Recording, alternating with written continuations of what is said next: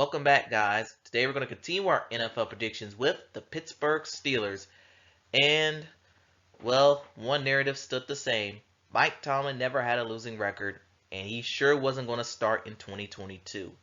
Because at one point, it would look like he was going to be well on his way to that. But I don't know. Starting with the Carolina Panthers, they just got win after win after win after win. And as a result, the Steelers finished the season with a 9-8 record. Kenny Pickett, he got better as the season went on with experience. And now, heading into 2023, Steelers got some momentum. Good running game, a young QB, and a defense led by TJ Watt. Steelers could be back in AFC contention. And if you look at their schedule, pre-bye, it was pretty bad. 2-6 to start the season. Only wins coming against the Bengals in overtime. That's only because the Bengals couldn't make a kick to save their lives. And against Tampa Bay. I still don't know how they beat Tampa Bay in that game.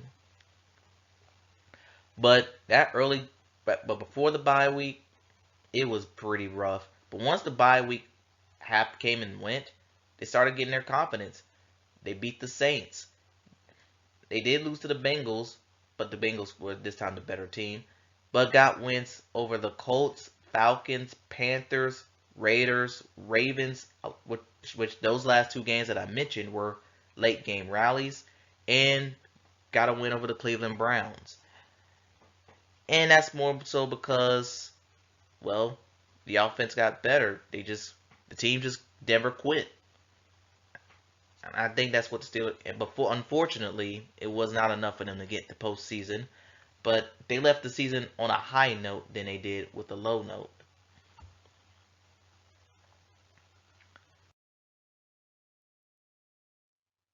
And now for some highlights for this team. The 4-game winning streak that ended their season. They got hot at the right time. Unfortunately, they did not make the postseason, but heading to a 2023 offseason with a 4-game winning streak will give you confidence in any levels. Then they beat the Raiders on a week where their former running back and stalwart of the city, Franco Harris, passed away. They got a win for him. May Ray Franco Harris rest in peace. And Kenny Pickett progressed because he got better and better. Once with NFL experience, he got better from it. Instead of trying to be panicky like he was when his first couple of starts of the season.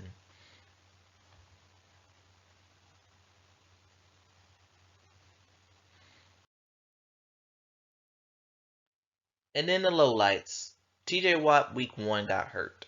But yet he made the Pro Bowl despite only having 4 sacks.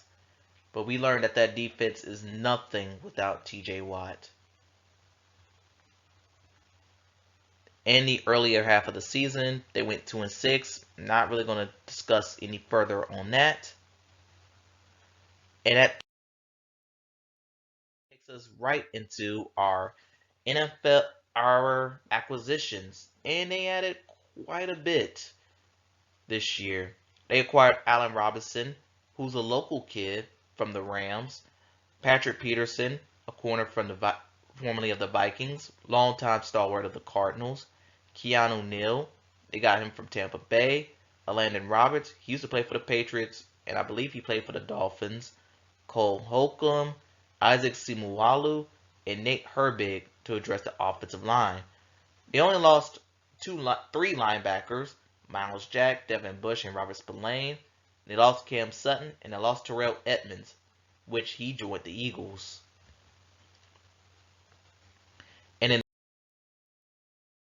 draft, they took care of one of their biggest needs in drafting Broderick Jones, a defensive tackle from an offensive tackle from Georgia.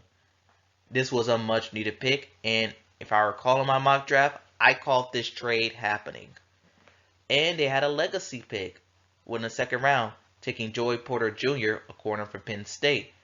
And Joey Porter, if you don't know, his dad used to play for the Steelers, and he recently coached for the Steelers for a short period of time. And then in the third round, they snuck and got falling tight end Darnell Washington from Georgia. So looking at their draft, they had a really, really good draft. Hopefully that could lead to some wins. Let's take a look at their predictions and see what I have.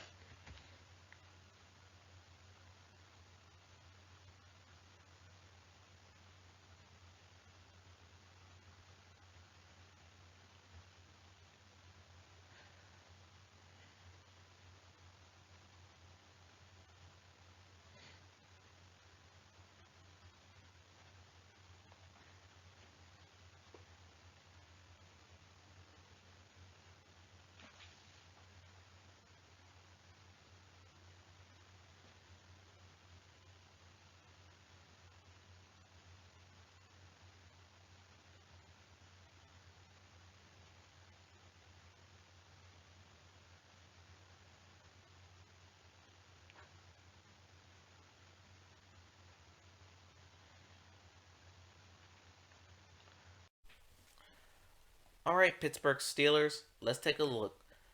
And we're going to start the game season off with the 49ers, a team that I've said is going to be one of the best teams in the league. But in this game, I actually got the Steelers winning week 1 against the 49ers because like they often do, they'll win games that they're not supposed to, and then they're going to lose games that they aren't supposed to. I know, it's the Steelers' way. And also week 2 on Monday night, that got them winning against the Browns, which already puts them 2-0 to start the season. But against the Raiders at Las Vegas, I do have the Steelers. That's what their first loss is going to be.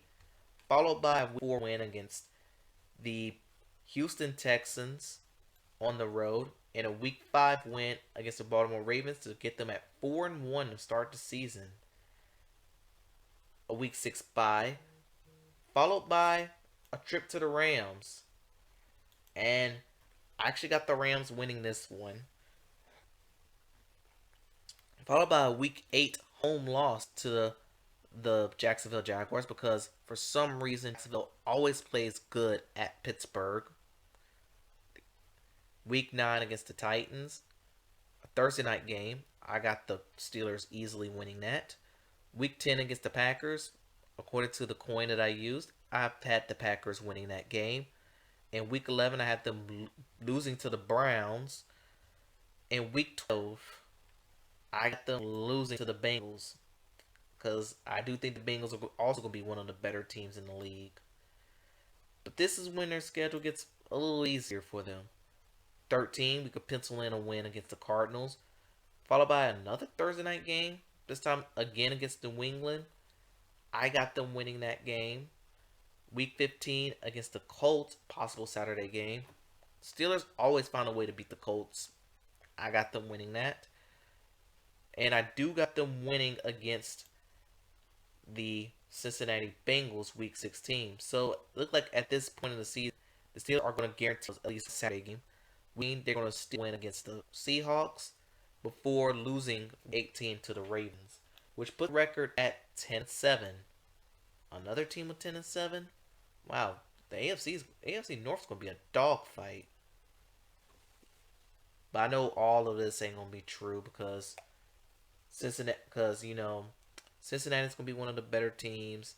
Somebody with a 10-7 record is going to be out of the playoffs. And it's going to be one team that's going to mightily struggle in that division. We just don't know it yet. But let me know in the comments below what record you think the Steelers are going to have. Thanks for watching, and I'll see you next time.